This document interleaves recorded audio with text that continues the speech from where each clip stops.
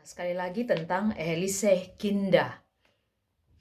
Elisekinda di sini yang dimaksud adalah biologis kinda, leibliche Kinder atau adopsian kinda, termasuk dalam Elisekinda. Yang kedua, seandainya orang menikah di negara lain, beberapa pasangan menikah di negara lain, kemudian pindah ke Jerman, dan pernikahannya secara dokumen tidak diakui. Apakah anak-anaknya bukanlah eheliche Kinder? Ini satu refleksi bagi saya. Lalu, Ehe yang diakui di Jerman, homoseksual, lesbian, dan juga misalnya Zusammenleben tanpa menikah. Mereka pindah ke negara lain di mana hubungan mereka tidak dilegalkan dan tidak diakui. Apakah anak-anak mereka di negara tersebut juga tidak diakui sebagai eheliche Kinder? Ini sekali lagi pertanyaan yang penting untuk saya tentang hak anak-anak. Saya sangat tertarik, makanya saya pikirkan lagi. Lalu, eheliche Kinder itu berdasarkan dokumen bahwa seseorang telah menikah, tetapi di negara yang mana dan seperti apa pernikahan legal yang diakui oleh suatu negara. Di sini pernikahan sesama jenis diakui, di beberapa negara tidak diakui. Dan jikalau mereka pindah ke negara tertentu, apakah pernikahan mereka tidak diakui dan kemudian anak-anak mereka pun juga tidak diakui?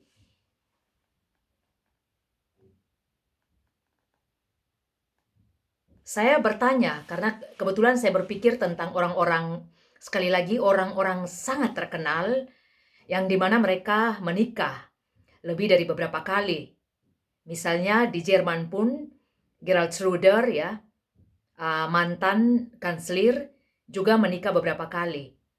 Tentu beliau ingin semua anak-anaknya diakui secara sah. Siapa orang tua yang tidak mau mengakui anak-anaknya secara sah? Jadi kalau di sini dibilang eheliche Kinder, makanya saya sekali lagi bertanya, pernikahan keberapa yang melegalkan seorang anak secara status diakui sebagai eheliche Kinder? Begitu juga dengan Donald Trump, menikah beberapa kali, pernikahan keberapa? Anak hasil pernikahan keberapa yang jikalau mengikuti kondisi ini diakui sebagai eheliche Kinder?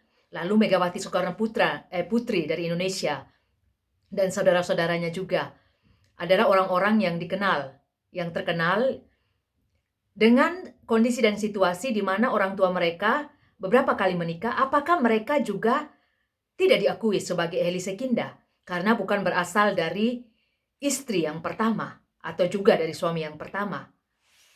Dan ada beberapa kasus lain lagi di mana orang-orang yang menikah baik hanya satu kali atau lebih dari satu kali, anak-anaknya di beberapa negara diakui, tapi di negara tertentu tidak diakui. Makanya saya sekali lagi katakan, dasar hukum seperti apa yang clear, yang jelas, yang melegalkan atau mengakui bahwa seorang anak atau beberapa anak hasil dari perkawinan sebelum atau setelah diakui sebagai anak yang sah, anak hasil pernikahan yang sah, dan sah ini dasarnya apa?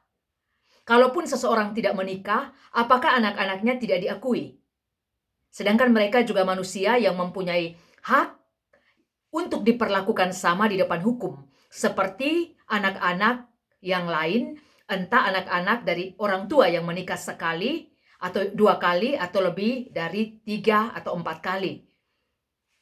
Definisi dan mazhab yang mana yang dijadikan acuan dasar hukum yang benar sehingga seorang anak diakui hak maupun juga kewajibannya sebagai manusia yang legal, yang berotoritas sama dengan anak-anak yang lain di depan hukum untuk diperlakukan secara adil, baik itu hak-haknya maupun juga kewajiban-kewajibannya.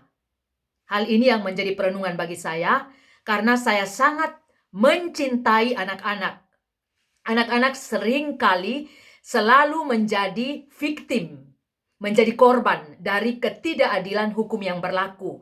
Makanya saya bertanya sekali lagi, hak anak-anak yang diperlakukan dengan tidak adil itu terjadi demikian, mengapa dan kenapa? Sehingga dibedakan antara anak yang sah, anak yang legal, maupun juga anak uneheliche atau eheliche Kinder dalam bahasa Jerman di sini, sehingga hak-haknya tentu berbeda satu dengan yang lain.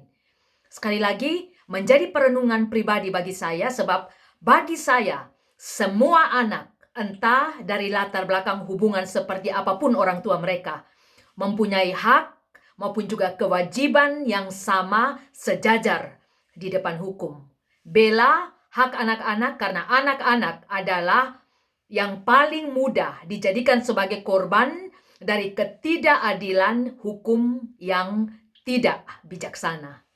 Demikian saya deklarasi Mela.